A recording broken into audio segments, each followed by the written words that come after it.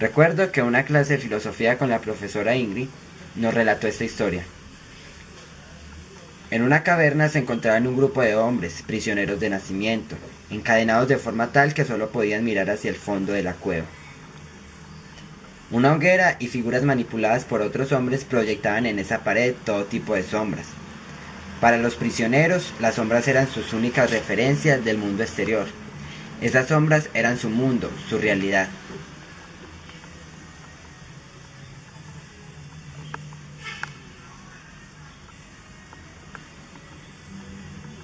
Uno de los prisioneros era liberado y se le permitía ver la realidad entera fuera de la caverna. ¿Qué tanto tiempo tomaría acostumbrarse al exterior después de toda su vida de encierro? Probablemente su reacción sería un temor a la realidad. Podría entender lo que era un árbol, el mar, el sol. Asumimos que este hombre puede ver la realidad tal cual es y entender el gran engaño que era la caverna.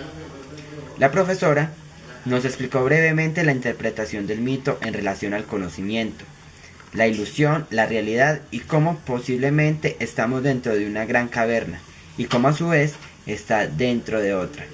Pero no cabe duda que la necesidad de este hombre libre de regresar y de compartir al mundo lo que había visto.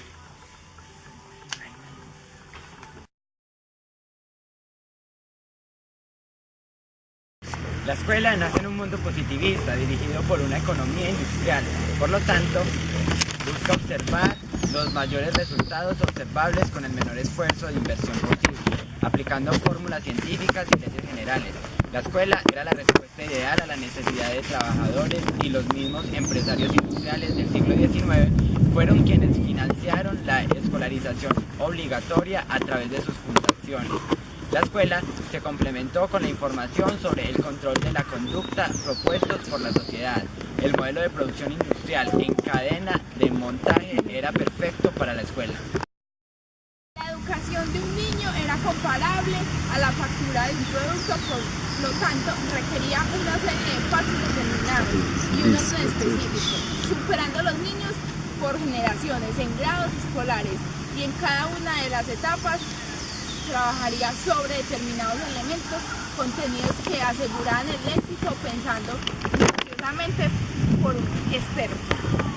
Un nuevo paradigma educativo debería ser escenarios donde cada uno pudiera experimentar, descubrir las cosas que le gustan y luego desarrollarlas. La educación en la antigüedad muestra mucho por lo que hoy entendemos por educación. En Atenas clásicas, por ejemplo, no habían escuelas. Las primarias académicas de Platón eran espacios de reflexión y conversación de implementación libre. La instrucción obligatoria era cosa de esclavos. Por otro lado, la educación en Esparta era lo más parecido a una instrucción militar. El Estado se deshacía de quienes no alcanzaban los niveles esperados. Habían clases obligatorias, fuertes castigos y moderamientos de la conducta a través del dolor y el sufrimiento.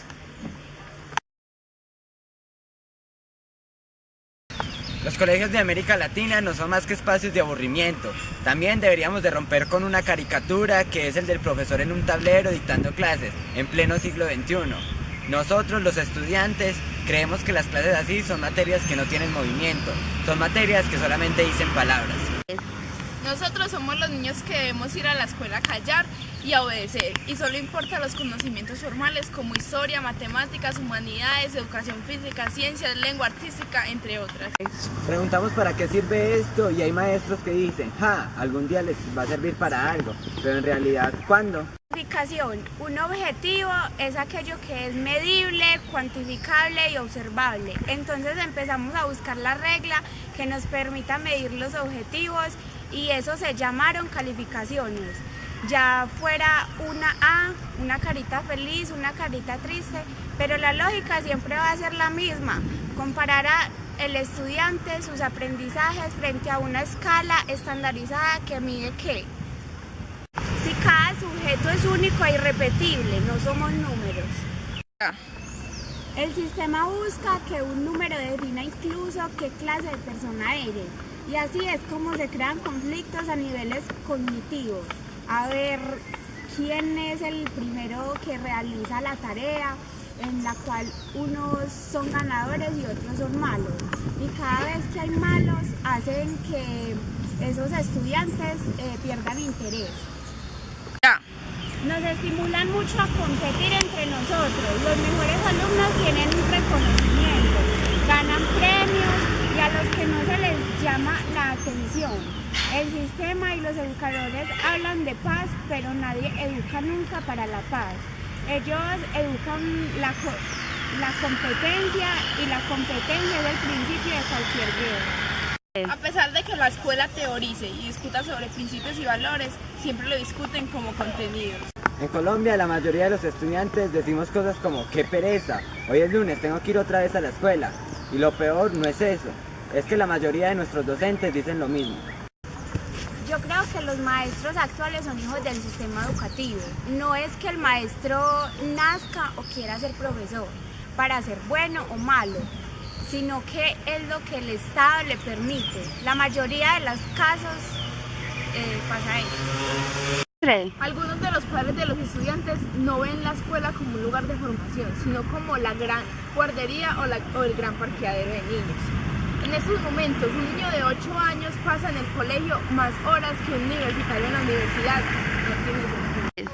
Pienso que son como cárceles. Es un horror pensar que hay que encerrar a los estudiantes y hay que tener guardias. En este caso, a los profesores. Más que enseñándoles, es cuidándolos para que no se escapen, sabiendo que el colegio debería de verlo como un espacio de crecimiento personal y no un lugar donde se nos adiestre para un futuro educación superior y luego para el trabajo. ¿Y luego para qué? Ya. En el colegio nos adiestran con frases como cállense, ahora saquen el cuaderno, ahora el lápiz rojo, lo cual en realidad es como un adiestramiento canino. Eso no es educación. ¿Qué es lo que hace que el estudiante fracase en la escuela? No es el estudiante el que fracasa, sino el sistema que está mal planteado. ¿Qué opina acerca del sistema de educación? Yo creo que al sistema educativo colombiano y sobre todo al antioqueño le falta mucho en cuanto a la preparación y la organización de espacios, de organización de planes de área, de mejoramiento de infraestructura. Creo que son muchos aspectos en los que tienen que mejorar. Tenemos una educación de calidad más bien baja, todo debido a mala capacitación de docentes, a mala organización. Y digamos que son factores tanto externos como internos lo que posibilita que tengamos una educación de esa, la que tenemos en este momento. ¿Qué materias considera más importantes para la educación? Yo creo que las materias más importantes son las básicas. Siempre he pensado que tantas áreas lo que hace es que se divida más el conocimiento y sea más complicado poder responder para todas ellas. Entonces considero que las más importantes serían historia, español, matemáticas, artística, sociales, y yo creo que hasta ahí. De ahí ya empezaría uno como a mirar cuáles son las necesidades de los estudiantes y cuáles son sus vínculos, y ya uno decidiría qué otras áreas podría dictar para que ellos eligieran. Pero yo creo que las básicas sería suficiente, 5 o 6 áreas máximo. Bueno, muchas gracias.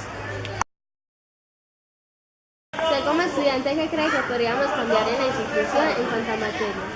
Bueno, yo me llamo James y considero que deberíamos cambiar algunas materias, como por ejemplo religión, que en verdad creo que no nos sirve pues como para mucho, no nos sirve mucho como para lo que necesitamos estar preparados en un futuro.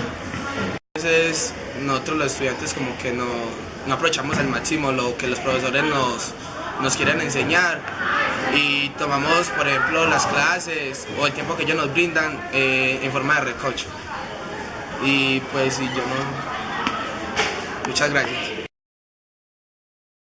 ¿Qué piensa acerca del sistema de educación? Yo pienso que es un sistema muy mediocre porque no enseñan lo que en realidad se necesita. La culpa es de ambas partes, de los profesores y de los estudiantes, ya que los profesores no nos motivan a exigirnos a nosotros mismos y nosotros no tenemos un pensamiento tan autónomo para salir adelante solos. Y yo creo que una buena solución sería dar más clases de exploración vocacional para uno saber qué es lo que quiere, hacer lo que le guste. Buenas tardes, Edwin. Buenas tardes, Felipe. En tu proceso formativo, ¿cuál crees que ha sido una de las materias importantes para tu proyecto de vida?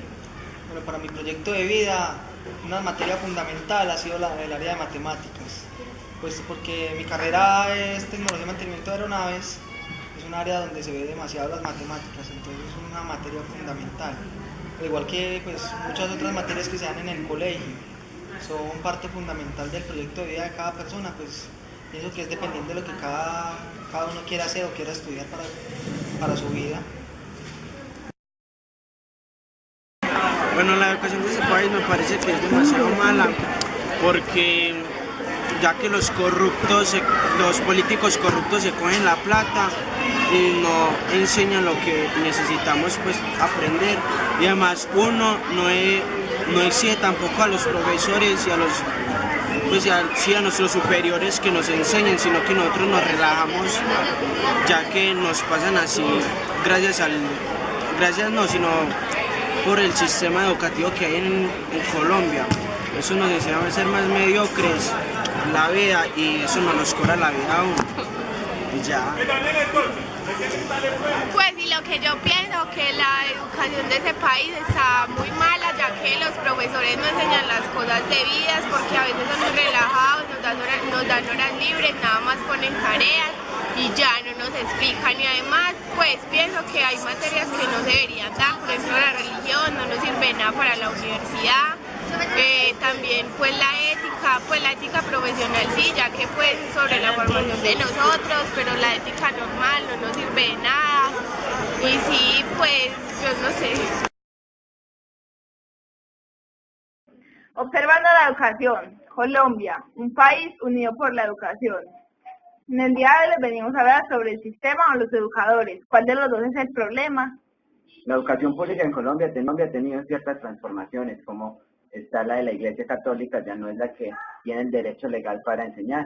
Entonces, de esas transformaciones se vienen dando unas leyes como la Ley General de la Nación, la Ley 6093 y la del Estatuto Docente, donde ya se imprimen una primaria y una secundaria con una calificación académica. Así nos sentimos en nuestra educación, aburridos, no somos números, nos sentimos como en una cárcel y a los profesores no les importan nuestros sentimientos. Esto es lo que desea el sistema. Obedece, compite, desconfía, no sientas, consume, sufre. Esto hace que nos aislemos a medios que realmente no son importantes, como el Facebook, el Twitter y un buscador tradicional como Google. Lo único que interfiere con mi aprendizaje es mi educación, Albert Einstein. Por eso, observa tu actitud, observa tu educación, observa tu colegio y observa tus profesores, para así lograr una mejor educación.